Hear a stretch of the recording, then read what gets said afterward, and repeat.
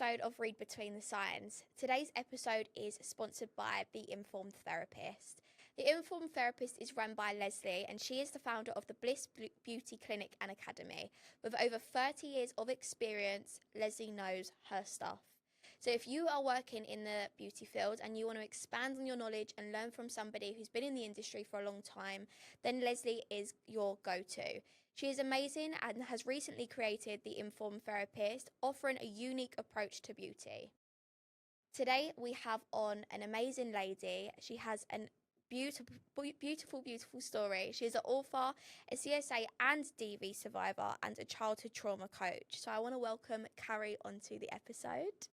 Thank you for having me. I'm so excited to have you on, Kari. Let's start with who you are, what you do, and a little bit about your journey. Yeah, so my journey really has been something that I've been going through all my life, really. So at the moment I'm a childhood trauma coach, and I help people that have gone through childhood trauma to sort of understand where the things that are playing out in their everyday life now are coming from.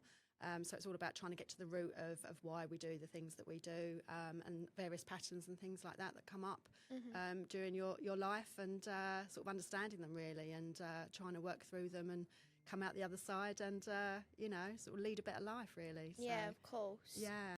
How did you actually get into what you are doing and into this all really? Like, how did you start and get into it?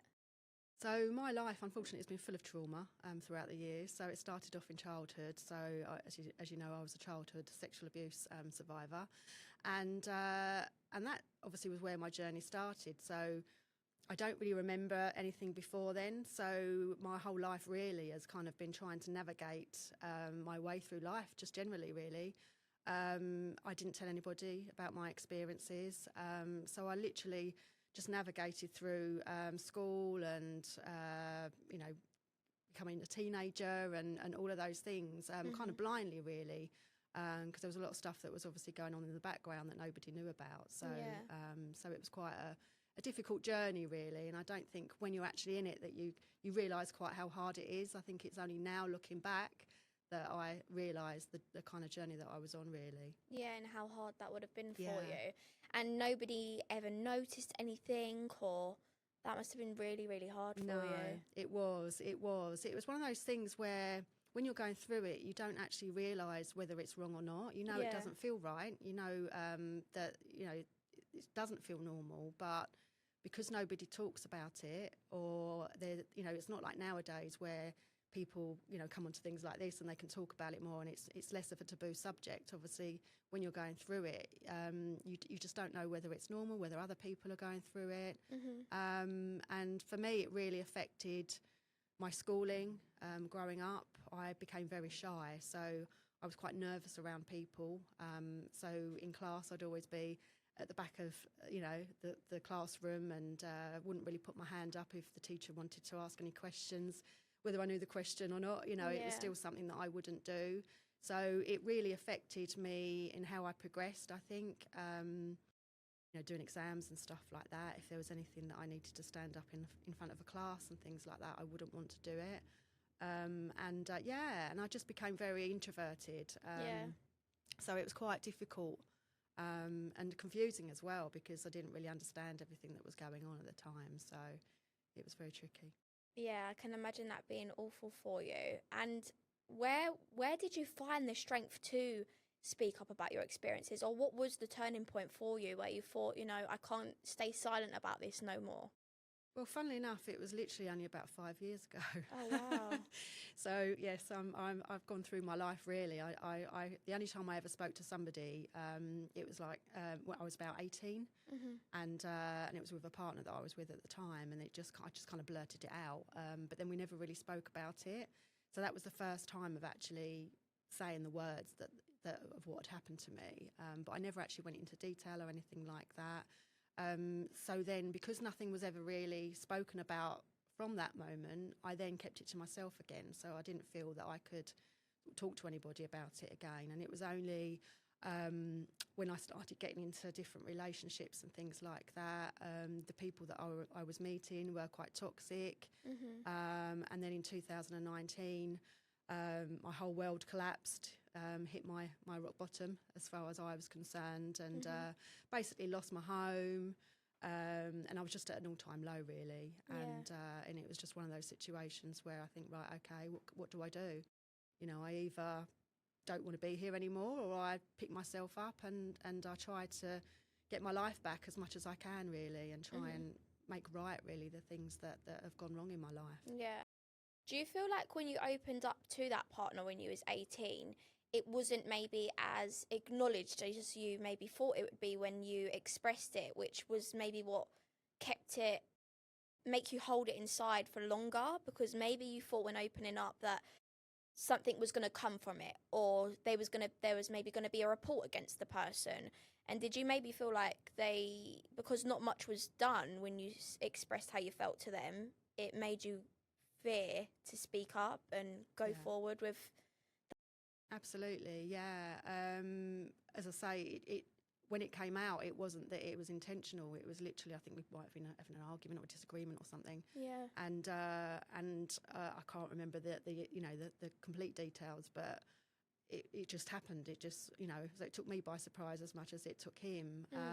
And yeah, definitely, I think, there were tears and all of those sorts of things, and a couple of questions, but again, like you say, it reinforces the fact that you've got to keep it to yourself, and you've got to, no one's going to help you. Yeah. I think, one of the things that I felt growing up, and even, in my 20s and 30s, it was always, I was almost looking for somebody to save me all the time, thinking, if I've got someone behind me, then everything will be okay. So I suppose when that happened, and then I didn't really get the support that maybe I felt I needed at the time, it just made me retract and, carry on life really in silence. How do you find that childhood trauma, or any trauma, when you hold it in for so long, starts to present itself or show up in adulthood?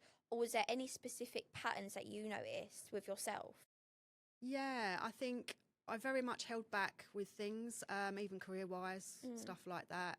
I never felt that I was good enough. I think one of the things that you're told when you're going through abuse, no matter what age really, that it's your fault, you're stupid, all these horrible names that you get called, and you're told that, if you speak up, then something bad is going to happen to you and things like that. And it just stays with you, your self-esteem is so low that, and I don't think you actually realise, I know I didn't at the time, that I had such low self-esteem. It was probably only really, as I say, sort of the last 5 years really, when I've really started to work on myself, that I realised just how low I was as a person. I'd never dream of doing things like this. This was just something that just wasn't on my radar at all. It frightened me to think that I'd stand up and speak. And do, and just to have my voice really. So I noticed that I ended up having, similar patterns where I would have different relationships as I was sort of, entering teens and then into my adulthood as well, where they were all quite similar. Different lengths of abuse really, but it was very toxic, very controlling, and I didn't feel that I was strong enough, or I was allowed to speak up and talk about it, or even move away from it, I think growing up as well, I think my family was very much, you sweep everything under the carpet, you don't really talk about things. And I think that's another aspect that I learned as well, and I suppose because I did, bring it up once when I was sort of 17, 18, and nothing was done about it, that just reinforced the fact that actually, even if I do say something, then nothing's going to happen. Yeah, nothing was going to happen. Yeah. What do you feel like would have made you feel heard in that moment? How do you feel like his response may have helped you be more open, or what do you feel like he could have done? I think just talk about it, I guess. Yeah. Make me feel safe enough to talk about it. I think it's one of those situations, isn't it, that when somebody tells you something like that, if you haven't experienced anything like that, then it's difficult to know how to deal with it and what to do about it. But I think if he would just have allowed me to speak about it without the emotion there, just to talk about my experiences, and then maybe give me an option of, you know, would you want me to talk to anybody else about it? You know, where do you feel you want to go about it, you know, from there on in? And there wasn't any of that. So it almost felt like, you know, the dirty little secret that these things had happened to me. And again, somebody else is saying to me that, you know, basically it's not worth talking about. Yeah. You know. I feel like that's good for anyone listening to know if there is somebody in their life who maybe has experienced similar things, then to hold that safe space for that person who may have struggled with something or is dealing with some trauma that they do find it difficult to talk about, is to just hold that safe space for them. Definitely. And obviously, unfortunately, you never had that with them. What are the first steps that you took in your own healing journey? Was you holding a safe space for yourself, or where did you sort of start? Well, when it all came crashing down and I was feeling at my lowest, I actually got some counselling through a charity that help women that have gone through domestic abuse, and a lot of that helped because I was talking about the things that were going on. But again, I hadn't actually addressed the stuff in my childhood because there was a lot of stuff that was still going on. I was still getting abuse from the abuser and things like that. And so it was very in the moment. So the things that we were talking about were all about the here and now and what was going on. But that was my starting journey, was that. And we kind of touched on briefly about the childhood stuff, which even they didn't know at that point. So again, that's another sort of moment where it came out. Yeah. And I suppose that was the start of it, really.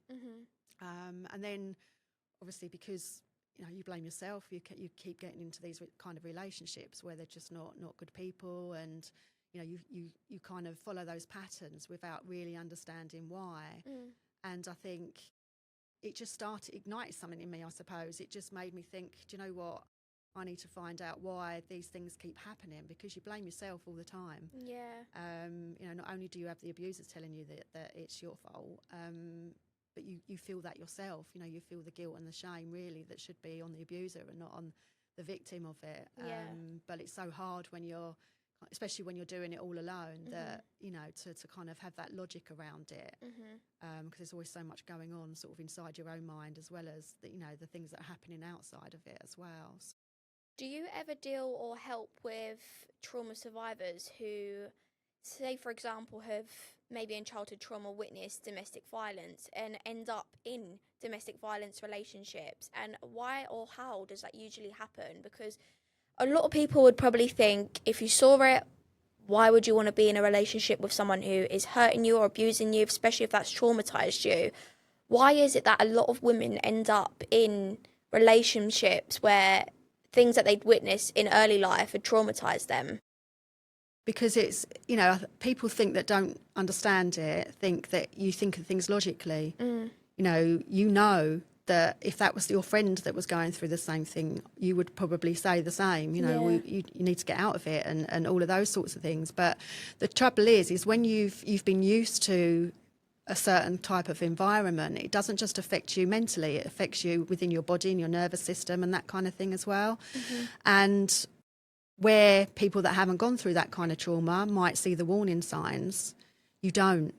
You know, you're constantly looking for somebody that is going to help you through it. And then when you meet these abusive people, they're so good at wearing the mask and they pretend that they're that person for you. And you know, if you know about love bombing and things like that, you know, you get into a relationship and they're making you feel like a princess. They're making you think that they're the best thing ever, and they're going to be with you, you know, there for you, and all of those things. And the trouble is as well, it all happens quite insidiously. So it sort of drip feeds things in. And the problem is because your body is used to, your subconscious is used to those kind of scenarios, that your body almost feels safe in that, even though logically you know that it's not a safe environment for you, but your body just breeds on familiarity. Yeah. So it's almost like a drug. It's almost like you're kind of addicted to continuing and keep going with this relationship. Yeah. And also the feelings of unworthiness as well. You know, you always want to try to see the good in people, and think, oh, well, if, maybe it's me again. Maybe if I just do that, or I change my view on that, then they'll be okay again. And of course, they go through moments where they are really good, and it's that emotional roller coaster, and it is literally like you're on a drug. You're chasing that those moments where they're really good to you, and you think, but they were like that at the beginning, and you always refer back to that, thinking that what you're seeing now is just because of the things that you're doing, as opposed to them being a nasty person. So there's so much more that goes into it rather than just the logical brain. So I think it was interesting when you said warning signs, because I guess going back to my previous question, it wouldn't seem a warning sign, because if you've grown up in a house where that was normal as a child, there's no like red flags flying up to you, because it's what you're used to, it's what you've seen, it's what you've experienced majority of your life. So I guess that is probably why people end up staying in these relationships and finding themselves quite lost. That's it. And the trouble is as well, if you've grown up in that environment, and if you're like me where you didn't feel that you had anybody to reach out, you're constantly second guessing everything. And I know from my own experiences, when I kept going into the relationships that weren't healthy, it was very much that I would question myself and think, or am I seeing more, reading more into that because of my previous experiences. So there was very much sort of questioning everything and not really understanding what was going on. So it's quite confusing when you haven't had somebody there to sort of show you how healthy relationships should be. It's very difficult when you've got nobody to talk to be able to actually work that out for yourself. So 1,000%. Yeah. It was interesting when you mentioned counselling, because a lot of people who have this trauma or any trauma find things like talking or counselling or therapy extremely hard. And a lot of people would prefer to just maybe never talk about it and keep it locked away. What specific tools or practices did you find helped you most in your own healing journey, and would you advise speaking actually help? Yeah, I think it goes deeper than just talking now. I think talking is a massive step. And I think once you start talking, it becomes easier, and I think surrounding yourself with people that, whether it be friends or colleagues or whatever, if there's somebody safe that somebody can talk to and just kind of open up about it, then that's the start of it, and that's the first step. Sometimes it's easier to keep it in than it is to actually start talking about it. For me, the kind of sort of therapy that I do, the coaching that I do, is very much, it's not necessarily about the specific problem, as in what happened to them, but more about how it affects them.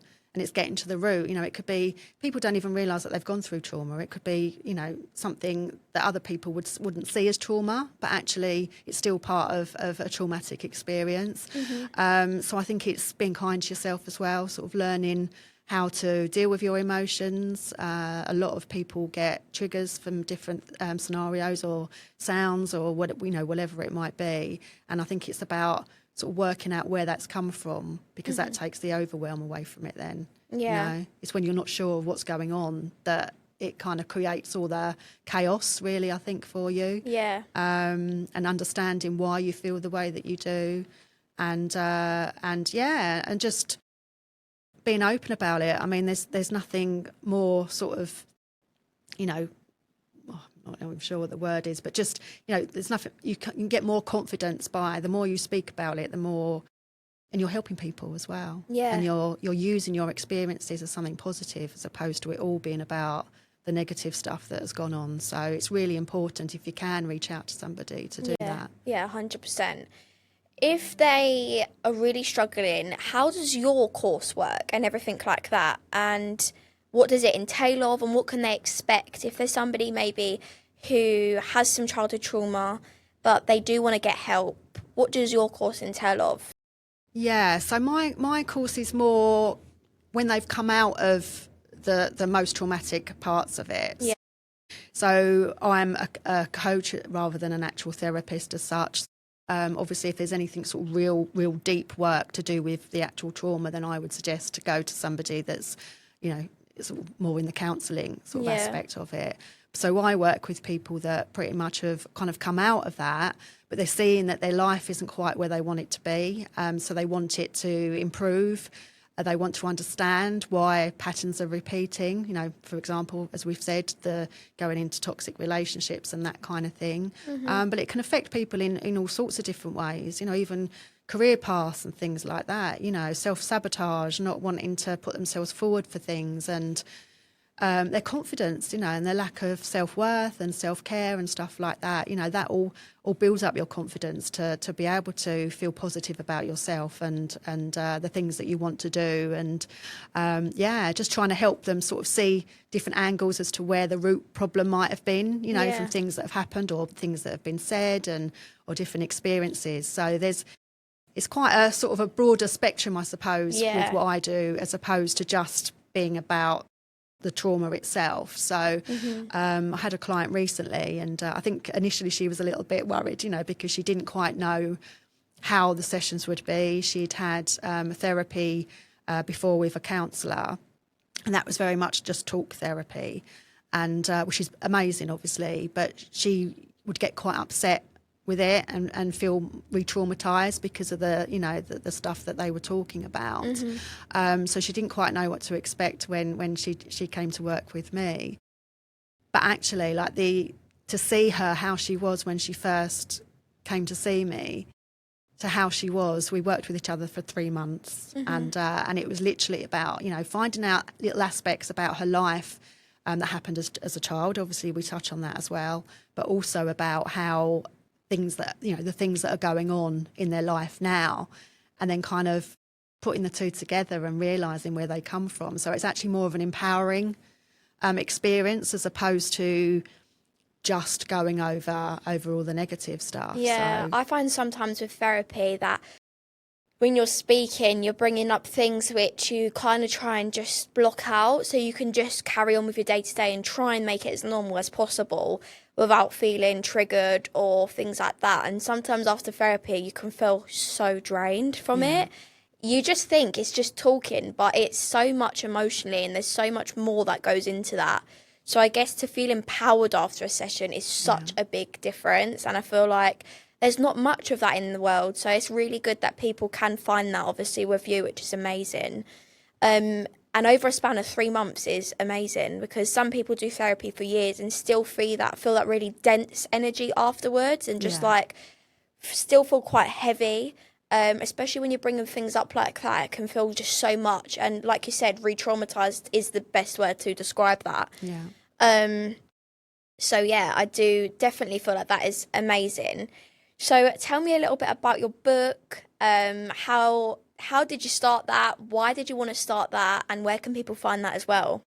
Well, so for years, people have been saying to me, you know, my friends and stuff, you know, you really should write a book because there's so much that's gone on in my life. So it was very much one of those things that I always, you know, had a dream of doing one day, but never really thinking that I actually would do it. And it was actually sort of, once I kind of started on my healing journey, you know, I sort of started doing my trainings and things like that. And I suppose I came out publicly about my childhood abuse. So a lot of my friends that have known me for years, they knew about the domestic abuse and stuff like that, but they didn't know about the earlier stuff. So I think when I eventually managed to find my voice and talk about it, it was a really empowering moment for me, because it meant that everything made sense. Yeah. Because I'd kind of had my childhood experience, you know, sort of a one part of my life, and then the adult experiences was something different, and I'd never really put the two together. And I think for me, that was my big aha moment, because I could understand it more then. So I used to joke about it, you know, getting a book together. And then I came across somebody else who was actually doing podcasts at the time, and he invited me on a podcast. And somehow I ended up sort of getting on board and helping him with trying to get guests on the podcast and things like that. And I came across a guy, I don't know whether you've ever heard of him, but his name's Perry Power. And basically he was I invited him on as a guest. Didn't really expect him to say yes, but he did. So we got chatting, and it turned out that he was actually helping trauma survivors write their stories and give them a voice and break their silence. So I kind of went in with that because he was promoting it at that point himself. So I thought, oh, that might be a way I can get him on the podcast. Yeah. And then I'll pick his brains about doing a book as well. So we did the podcast, and then afterwards we had a conversation about it. And I think that was it. I was like, do you know what? It's out there now.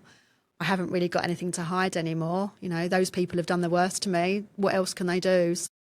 So it was my time, I think, just to kind of, you know, put pen to paper and so to speak, and write down all my experiences. It was quite a daunting thing to do. Yeah. You know, when you think about it, I've had nearly 40 years of trauma that I've kept silent about on the whole. So for me to actually delve into that side of it, I think was really scary. So I joined them, must be about a year and a half ago now. But it probably took me a good 6 months to really pluck up the courage to decide to start writing it.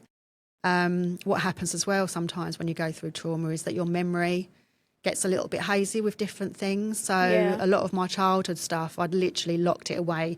You know, the way I talk about it is I've locked it in a box, I've thrown away the key, and nothing's ever coming out again. So I kind of got through my life pretending almost that it didn't happen. So, of course, I was worried then, or concerned about what I would actually uncover, whether it would unlock other memories as well. And because at that point I was in a confident space within myself to think, I can do this. But equally, I didn't want to, I suppose, step back into, you know, uncovering things that maybe I had forgotten about. So that was a real fear for me to you know, sort of think about that happening. But once I actually started doing it, I realised that actually, you know, things would pop up, but it wasn't anything that I didn't really know already. So I suppose in that respect, it was quite good, you know, and it helps to heal as well, you know, to be able to pull it all down. It's like journaling, isn't it? Things like that, you know, they're really good things to just get your mind going, do a bit of a brain dump on the things that have happened. So that really helped. And for quite a while, I think it took me all in all only about 6 months to actually write.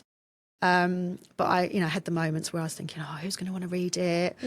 Have I got, you know, I've never written a book before, you know, how am I going to pull it together and for it to sound interesting for somebody else and all of those sorts of things. But actually, when I actually read through it, I thought, oh, I think I've done it. I think I've actually done it.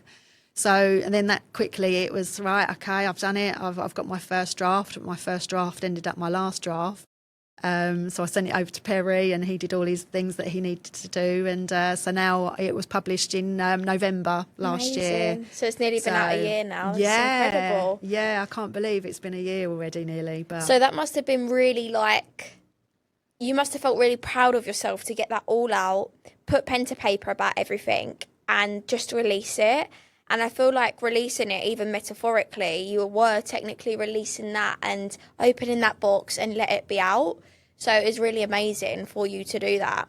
Did you ever, or have you received any negative feedback from maybe the people who were spoken about in the book, or from what had happened to you? And how did you deal with that, if you did?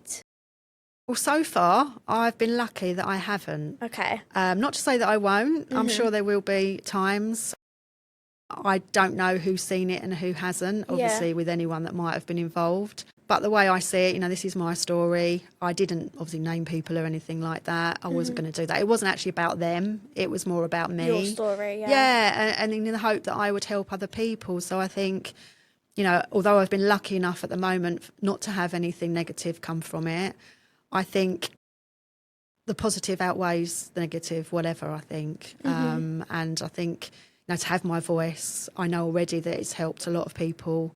And that's it for me. You know, even if it helped just one person, I would have been happy. So it's, you know, when you get good feedback as well, obviously, then that's just amazing. And you think, right, I did the right thing, whatever that, you know, whatever situations come up. I think that's amazing for anyone else who's maybe scared to speak up, or just remember, it's not about them, it's about you. It's your story. Speak up about it, and you deserve to be heard, especially if you've been silent for so long. Yeah. What would you say to maybe somebody who blames themselves or feels ashamed for what they've maybe been through. Yeah, just it isn't, you know, the things that they have done to you, they've projected onto you. There is nothing you could have done. There's nothing you could have said to change that. When someone's abusive, they know they're being abusive. You know, there's lots of people out there that kind of say, oh, they didn't know what they were doing, or they'd had a drink, or whatever, you know, whatever the scenario is, but they know what they're doing. And they groom you as well, you know. You know, I've gone through many a time where I've thought, oh, I must be stupid. Why are these things happening to me? It must be my fault because it's me that's happening to all the time. But it's not, you know. You just have to, you know, sort of learn that these people have done that to you. That's for their own reasons, and that's for them to, you know, sort of take on board and deal with whatever you did or whatever you said. You know, a lot of it as well, I think, is sometimes you can react to different types of abuse as well. And then that just adds to you feeling the guilt and the shame because you think, oh, he's shouted at me and then I've shouted back at him, so I'm just as bad as him, and all of those sorts of things. And that's not the case, you know. Yeah. It's so difficult when somebody's sort of treating you in such a way to understand sort of why and you know, for them to be accountable for what they've done. It's never your fault, and you've just got to, you know, speak to people that have been through similar experiences, and you know, it'll all be the same. And you get such a community as well for being around. You know, as soon as you start to speak out to somebody, then that just creates like a knock-on effect, and you know, and then suddenly you're supported. So that's probably what a lot of people are scared about, is maybe, say, for example, they're stuck in a relationship with somebody who is making their mental health deteriorate, physically hurting them as well. They're probably really scared that maybe they'll be alone. Where could these people find the help, or what helped you? Or was there maybe a specific group or therapist or whatever where these people can find that help? Well, I actually started volunteering for a charity, and I think for me that really helped. So originally, when I was going through the domestic abuse, I was sort of signposted to Next Chapter, and I'd just come out of the abusive relationship, and so my head was all over the place and whatnot. And apparently they'd approached Next Chapter and said, you know, do you know anybody that might be interested in doing whatever the project was at the time? So she'd actually put me forward. And so I started to have meetings with this lady with the charity and stuff like that. And suddenly I was being listened to. And it had a knock-on effect. You know, you never know who's out there. And it's just trying to find other ways that you can meet people that have maybe gone through something similar. There's so much on social media now, isn't there? There's plenty of groups on Facebook and stuff like that. And there's probably stuff in the area as well. I think being proactive, I think, then helps you to feel more empowered and more confident. So I think if there's any way that you can sort of speak to somebody or a charity just to kind of help you find that right one, and it's just, you know, go to seek them, see what's out there. There's so many people that you probably walk past every day that have gone through the same thing, and all it takes is just that one conversation to change it. To change your life. So how did that feel for the first time when you was heard and was listened to? It means the world, because like I said, for 40 years almost, it was, you know, literally I felt like nobody cared. And to suddenly feel like actually what you went through was horrific. You know, you're not making it up. You're not making it feel worse than what it actually is. These things are terrible things that these abusive people do to you. And to have that acknowledged just means the world, you know, because you always feel like you can't talk about it because it's such a taboo subject and things, that to have somebody to listen to you is just the icing on the cake, really, you know, and it does give you then the confidence to think, actually, I can really help people by using my voice and talking to people. So, and that in itself is healing too, you know. So the more you talk about it, the more you're out there, the more your confidence grows, and then who knows what avenue it can take you down. So it's just making those small steps to start off with, and I think not put pressure on yourself either. You know, I think we all, you know, expect ourselves to be further along maybe than what we are, and I think that's just human nature, isn't it? You know, we want the end goal. But sometimes you've got to take those little steps, and it's those little steps that actually move you in the direction that you need to go to. And and the world's your oyster, really. So yeah, definitely. With somebody maybe in, say for example, if somebody's watching this and they may be noticing signs within somebody that they might need help, what are some maybe red flags to look out for within maybe like friends or family members, if they could silently be calling out for help but maybe don't know what to do? What could you do as a friend or a family member? Yeah, I think just be open to talking to them, you know. It's difficult because if you're in a position where you're not ready to actually talk to somebody, then obviously there's only so much you can say, you know, and do. And I think just don't force it. I think just let that person know that you're there, and be somebody that they can come to if they need to.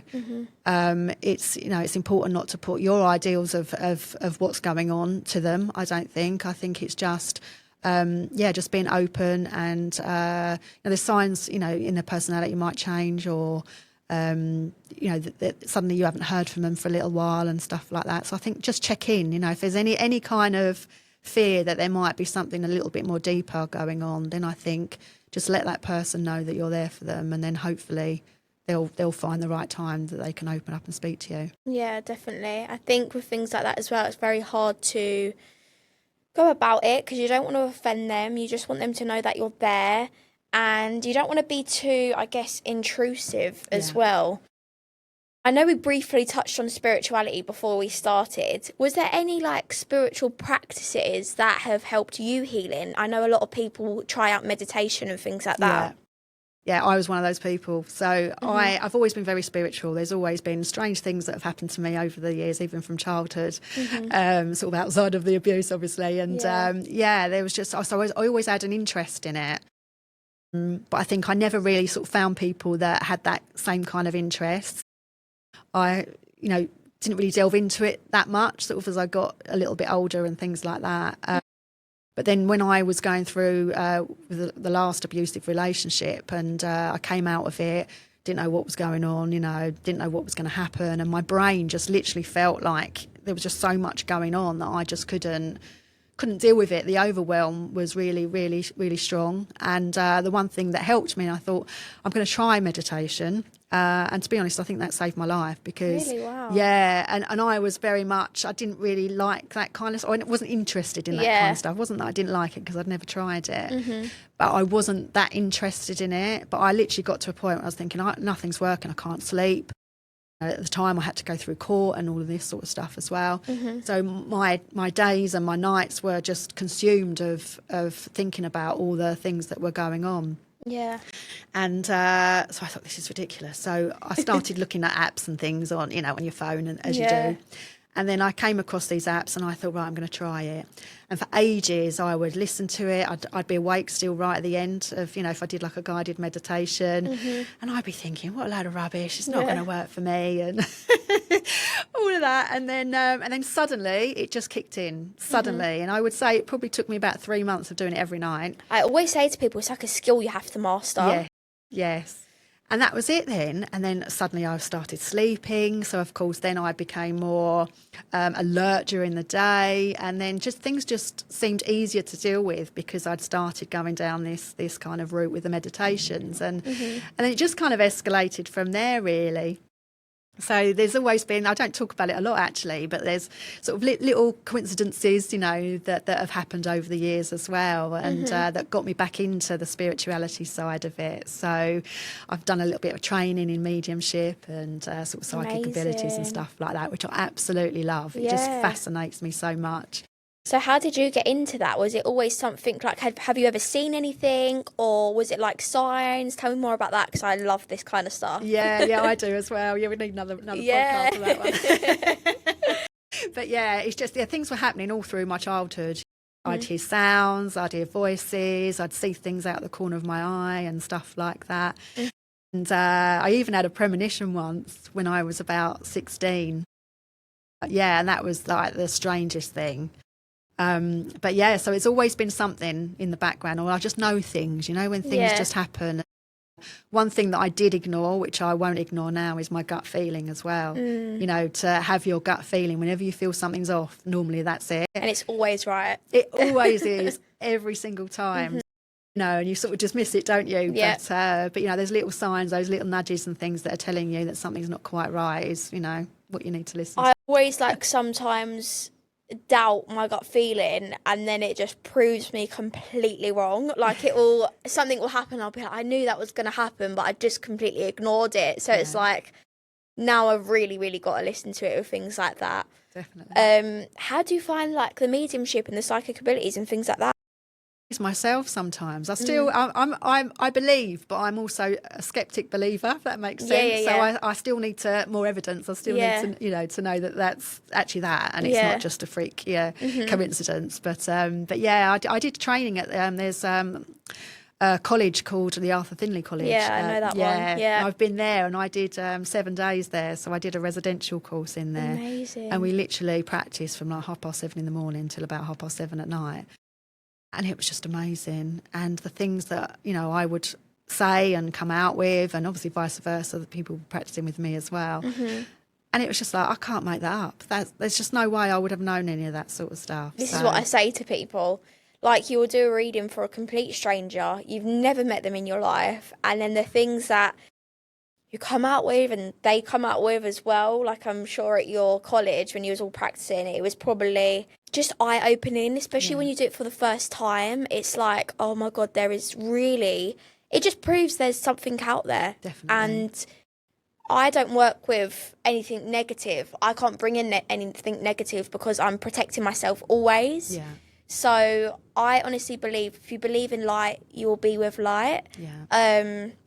I know some people like to practice with like other things, but that's a no-no for me. Yeah, no, same here. Don't need any more negativity. Yeah, no more of that. Absolutely not. I guess that's probably quite helped on your healing journey and things like that as well, like connecting with spirituality. Yeah, definitely. As I say, I think I've always felt a comfort from it, and I just love everything about it now. I watch everything, you know, that I can watch. I you know, listen to podcasts and books on, you know, audio books and stuff like that on it. And it's just, I just want to strengthen it so that I can use it more and maybe work with people and use it all as well. So I've done a lot of like healing modalities as well. So I do like energy healing and stuff like that as well that I've just sort of started to learn. And again, that was something that I wasn't that into. Yeah. But it just kind of progressed and sort of, I think once you're kind of down that rabbit hole of looking into spirituality, just so many things pop up, don't so they? much. Yeah. Are you into Reiki? Yes, so I'm a Reiki master. Yeah, just, amazing. I do Reiki too. Oh, so, do you? Yeah, oh, yeah. wow. That was the first thing I did. Before I did psychic stuff and mediumship stuff, Reiki was where I started. I'd had it done a couple of times, and then the lady who does my Reiki, she said she actually teaches it, and I thought, why not? Yeah. Why not? Because she knew as well I was so into this, and I had something, but I didn't know where to start to open it up. Because I used to see things when I was little and things like that. So I just thought, like, how can I bring this forward more? So I started with the Reiki and just, like I said, fell down that hole of like one thing after the other, and then just went from there with it all, really. So yeah, I mean, have we missed anything that you want to talk about or you want to go over today? I'd like to say what my book is because I realised I haven't said that. Yes, go for it. So it's called The War in My Happy Place, and it's Kari J. Moore. And basically it's about obviously my childhood and how my life kind of evolved because of that. And and there's a lot of stuff that's gone on there, so it's quite raw and I'm honest and open about it. But it's a journey that, you know, I feel obviously will help people and hopefully will give them, you know, the courage to maybe speak out and to you know, and to look on the, you know, to the healing and try and find ways to get themselves out of those situations. So I know that there's light at the other end of the tunnel as well. And I think that's very important because obviously when you're kind of, you know, in the mix of it all, it's really hard to kind of see the light shining through where you think, you know, you think you're going to be there forever, don't you? And obviously that's not the case. So I'm hoping that will be an encouragement for people to speak up. Is living proof, and obviously you here are living proof that there is light at the end of the tunnel and you can get through your really difficult times. So looking back now, what would you tell your younger self who was going through those difficult times? Wow. You know, when I do a lot of inner child work as well, and that, like, even now when I think about, you know, her, you know, me as a child, you know, I just think, my gosh, like, if only you had somebody there that could have seen you through it, you know, life could have been so much different. And it's just, yeah, I think I would probably just say to reach out to somebody, I guess. I think that's the first step. Yeah. I think maybe if I'd have done that, who knows, you know, the rest of it might have turned out differently. But equally, if I hadn't gone through all those things, I wouldn't be doing what I'm doing now. You know, I wouldn't be trying to help other people with my experiences and things like that. So although, you know, it's awful what I went through and what, you know, little me went through. Yeah. Equally, actually, when you look back and you think, well, I know how far I've come because of it. So, yes, I would rather have not have had it, obviously, as most people would. But equally, it's very much, but actually, I'm using it for good now. Yeah. And if I hadn't gone through that, I wouldn't be confident like I am now. And, you know, and actually want better for myself as well. So. Yeah. I think it's truly inspiring, your story and what you've been through, and turning your pain into your power is something which is so inspiring, and becoming that confident best version of yourself has been amazing to hear and listen to. And like I said, like, you are living proof there is light at the end of the tunnel. So if anyone's interested to learn a little bit more about you, where can they find you on social media or online? Yeah, so I've got my profile on Facebook, just Kari Moore, so Kari Moore, and then I'm on Instagram as Heal, Thrive, Empower. So you can come and follow me on there, and then I'll have all my details on there as well. So, yeah, amazing. Come and say hi. Yeah.